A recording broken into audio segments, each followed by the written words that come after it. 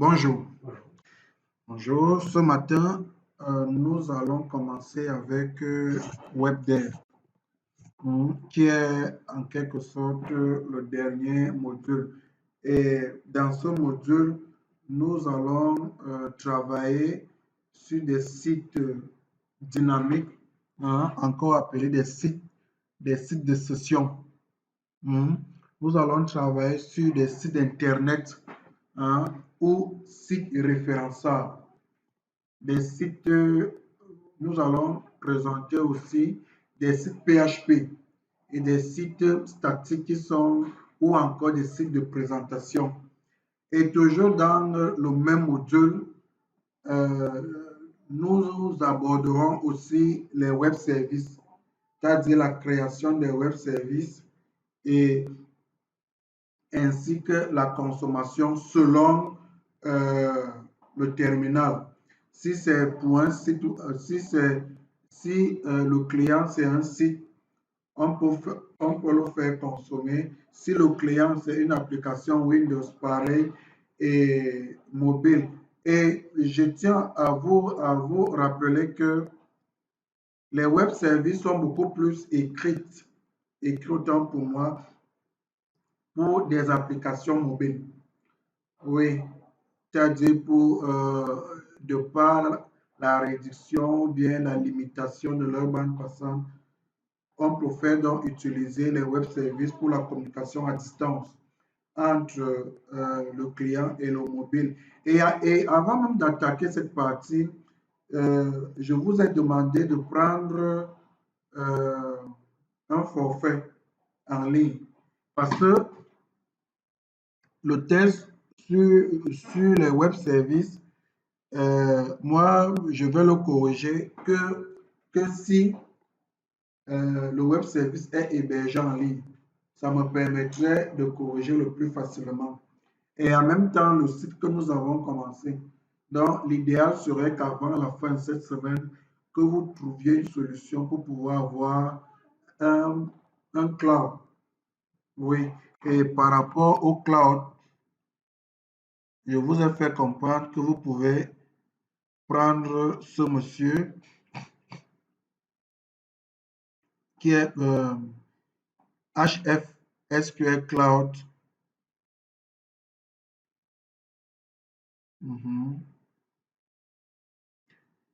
Qui ouvre quand même pas mal d'avantages. C'est-à-dire vous pouvez créer de façon illimitée vos bases de données, héberger de façon illimitée vos sites AWP et vos sites WebDev, de façon illimitée vos API de type REST et de type SOAP. C'est ça que j'appelle les web services et tout ça de façon illimitée. Alors, vous voyez, ils ont deux forfaits standards, les 6 € et les 10 €. Bon, moi, je vous conseille les 10 € parce qu'il y a, non seulement vous aurez 4 gigas, et en plus, vous pouvez avoir pas mal d'informations, enfin, pas mal de privilèges. L'avantage avec cet hébergeur, c'est que il est déjà, vos sites seront déjà par défaut en HTTPS. Donc, pas besoin d'acheter un certificat pour la sécurité de vos connexions. Oui, donc faites l'effort avant vendredi. Je vous ai dit, c'est 30 € par trimestre. Donc, c'est-à-dire 10 par mois, mais lui, il facture 30 par trimestre. Donc, vous pouvez vous associer pour pouvoir avoir un truc pour le trimestre. Ça peut vous permettre que, même après le training, vous pouvez toujours faire vos tests. Je ne sais pas comment vous allez vous organiser, mais c'est ça. OK. Sans toutefois tarder, nous allons lancer WebDev.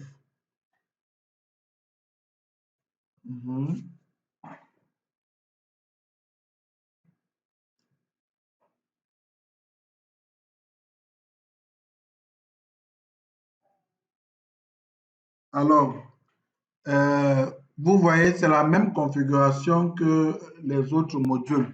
C'est-à-dire, nous avons un bouton pour créer un projet. Ce que nous allons faire pour ouvrir au cas où nous avons déjà eu à créer un projet et nous voulons continuer sur ce même projet. Nous avons des exemples et des cours d'auto-formation. Alors, nous allons créer le projet. Alors, comme vous le constatez, nous avons pas mal de menus, c'est-à-dire site, bibliothèque, gadget, plan d'action, composants, web service, SOAP ou REST et les patterns RAD. Ici, le prochain module va être les web services. Et nous, on va beaucoup plus travailler sur les web services de type REST parce qu'on veut faire dans la distribution. Mais pour ce matin, ce sont des sites que nous allons faire. On clique là-dessus. Comme projet, on va mettre Diplo Diaspora. Diplo Diaspora, c'est-à-dire un site web permettant de recenser la diaspora camerounaise. La diaspora camerounaise à travers le monde.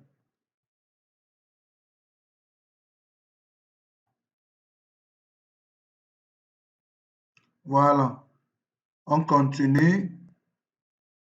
Ici, il nous demande est-ce qu'on veut créer un projet basé sur un RAD applicatif?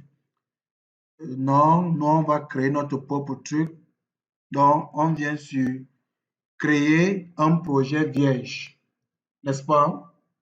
On va à suivant. Alors, vous voyez déjà, il y a beaucoup d'options qui s'offrent à nous. Dynamique, intranet, extranet. Ceci est beaucoup plus pour des sites d'entreprise. Bon, je prends par exemple le cas du Minorex. Vous pouvez développer un site intranet qui n'est pas référençable. Par exemple, on dit adapté au site portail. Vous voyez déjà, voir portail. Par exemple, le projet dont vous avez Smart, elle doit être développée en intranet. Puisque ce site ne sera pas référençable sur Internet. Donc, même si vous allez sur Internet, vous tapez, par exemple, pour me revenir, pour montrer un site intranet, le voici. Le site intranet est un site de session. Vous voyez, avec des trucs bizarres, ça ne peut pas être référençable sur Internet. Vous ne voyez pas, par exemple, page barre de 8 opération point, par exemple, PHP, il n'y a pas. Ni même point AWP. Vous voyez déjà, ou bien point HTML, non. C'est les sites intranet, extranet, ce sont des sites de session.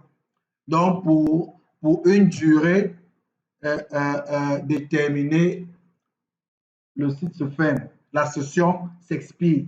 Si tu viens réactualiser, il te faut t'authentifier. OK. Donc, on revient encore. Maintenant, site Internet. Vous voyez, on dit bien, ce sont des sites dynamiques AWP. Donc, si on lit ici à côté, on dit adapté au site d'Internet, site marchand, site de type catalogue, communautaire. Par exemple, la diaspora. Ça doit être un site AWP, c'est-à-dire un site référençable. Un site où tout le monde, même s'il va au niveau du moteur de recherche, il tape, par exemple, Diplo Diaspora, que ça sorte quand même quelque chose. Oui. Les pages peuvent être modifiées par programmation, oui, ainsi de suite. Maintenant, dynamique PHP, ce sont des sites PHP. Hein? Pareil, donc, sur les bases de données, par exemple, MySQL, Aura, bref, les bases de données de type SQL hein, sont disponibles. Le contexte se gère de façon automatique. Maintenant, les sites statiques, ce sont des sites de présentation. Hein, c'est-à-dire aucune BD. Oui. Maintenant, des sites semi-dynamiques, c'est-à-dire qui sont en même temps statiques et oui, en même temps statique et dynamique. Donc, c'est-à-dire on peut faire appel à la base de données comme si on ne peut même pas. Oui. Mais dans ce cas, on va travailler sur des sites AWP où on dit que le contexte doit être transmis de page en page manuellement. Bon, oui, on continue. On ne va pas utiliser de GDS pour... Et vous savez pourquoi on prend AWP, puisque c'est un site Internet. Raison pour laquelle on prend ça. Continue, on continue, on continue. Voilà. Maintenant, la charte. On va choisir une charte. Bon, chacun va prendre la charte et arranger comme il veut. Bon, moi, je prends le Material Design. Oui. Maintenant,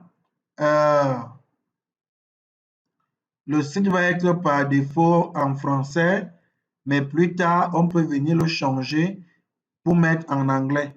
Il n'y a pas de problème. Voilà, le site va utiliser une base de données.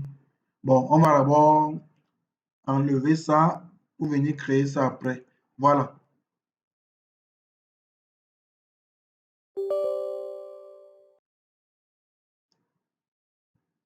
On peut réduire. Voilà. OK. Non. Oui, oui, pour l'instant, nous allons utiliser ça après. Voilà. OK. Maintenant, voilà donc notre environnement qui a été configuré. Hein? C'est, je peux dire la même chose. Oui, OK. Valide. OK, c'est bon. Maintenant, baisse cette page. Baisse, oui, annule. OK, maintenant baisse. Non, mais vous avez éteint, vous avez fermé. Ah, non, je disais ceci, regardez au tableau. Oui, de réduire pour avoir plus d'espace encore. OK. Voilà, maintenant, notre environnement a été configuré. Hmm.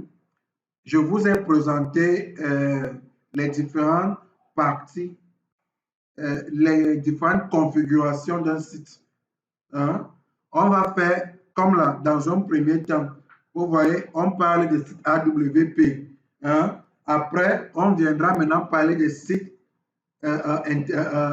intranet, hein, c'est-à-dire des sites de session.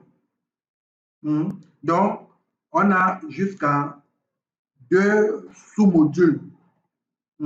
Donc, voilà donc un peu ce qui en est pour la présentation. C'est-à-dire, la même configuration ne change pas. Hein. On a toujours notre tableau de bord. On a un certain nombre de choses. OK.